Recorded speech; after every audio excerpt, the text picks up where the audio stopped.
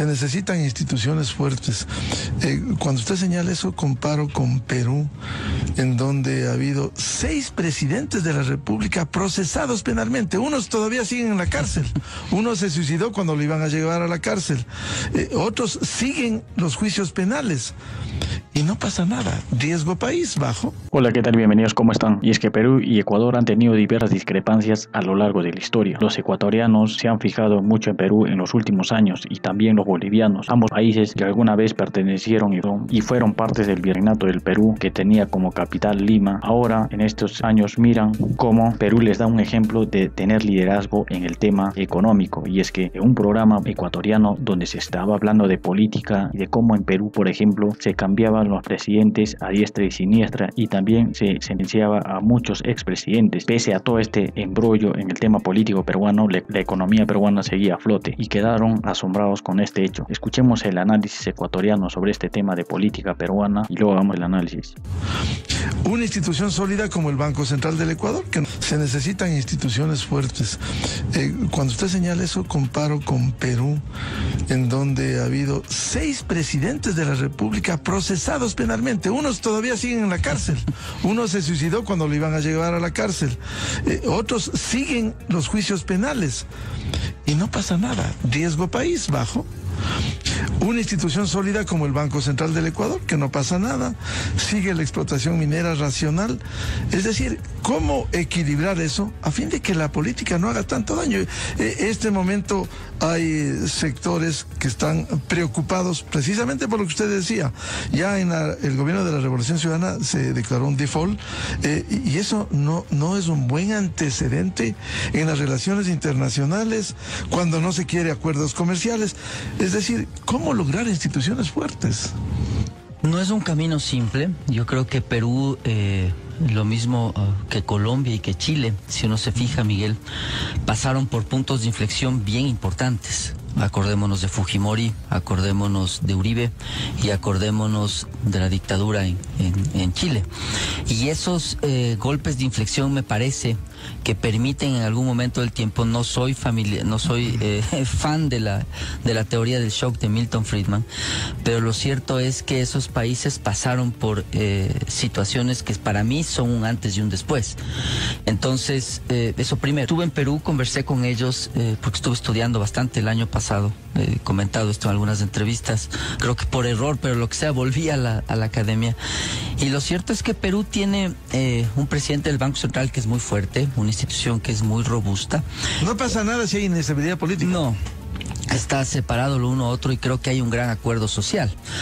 Ahora, de todas maneras, América Latina en general sí está expuesta todavía a desafíos grandes, porque tú ves un crecimiento bastante inequitativo en estos países, sobre todo Perú, Colombia, Ecuador, Chile menos, porque ha vivido ya muchos años de desarrollo y me parece que aquel modelo sí es distinto al del resto, pero si uno sale de Lima, se encuentra con una situación rural que es muy diferente a la próspera Lima costeña. Entonces, sí, efectivamente, eso se logra con puntos de inflexión primero, segundo, con acuerdos nacionales mínimos, en donde todos decimos muy bien, el Banco Central no se topa. Yo creo que hay un acuerdo aquí, Miguel, que es el único que nosotros mantenemos, y es la dolarización.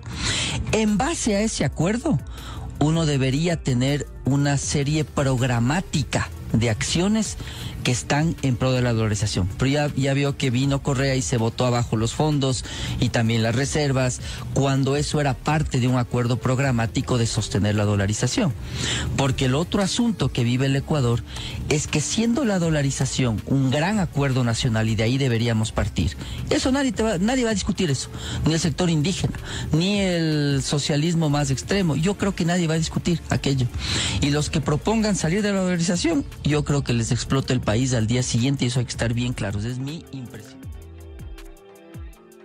Y así como pudimos escuchar, los ecuatorianos están analizando cómo se vive la política en Perú. Un claro ejemplo de esto es que en Perú en los últimos 5 años se ha cambiado casi 5 presidentes. Entre ellos están Pedro Castillo, que lo sentenciaron por golpe de estado, hasta presidentes interinos que hubo en la presidencia de la República, porque los presidentes que fueron elegidos por el pueblo no cumplieron con las leyes peruanas y cometieron algunos delitos de corrupción, por lo que fueron cambiados, y entre ellos entraban sus vicepresidentes. Es así que en estos últimos 10 años se han cambiado presidentes a diestra y siniestra, pero pese a este caos político y además a las huelgas constantes de algunos sectores de la población peruana, al mando actualmente de Dina Boluarte, el Estado peruano mantiene su economía a flote con grandes inversiones como el megapuerto de Chancay o la construcción del mega aeropuerto Jorge Chávez, hacen que Perú siga levantando su economía al tope. Los ecuatorianos, como pudimos analizar en el video, están un poco impresionados porque Perú, pese a toda esa mala política y a los problemas sociales que vive el país, su economía está a flote, y una de las principales razones por la que, pese a tener este desbalance político y la economía sea favorable a Perú, es que el Perú tiene el Banco Central de Reserva autónomo, donde ni el propio presidente puede cambiar o dictar leyes para hacer algunos cambios en el Banco Central de Reserva del Perú, que dicho sea de paso tiene a uno de los grandes economistas de Latinoamérica como Julio Velarde, quien fue galardonado con muchos premios internacionales por el Banco Mundial de Economía, por el Banco Mundial. Los ecuatorianos están muy impresionados con todo esto. Recordemos que en Sudamérica, de los países que están más desarrollados son Chile. Posiblemente Perú esté yendo en ese camino al desarrollo y buscar ser un país de primer mundo, aunque eso toma muchos años y es una tarea difícil, pero con instituciones como el Banco Central de Reserva y entre otras que están a espaldas del gobierno central y del poder legislativo, hacen que la bonanza económica de Perú sea estable y esté en subida.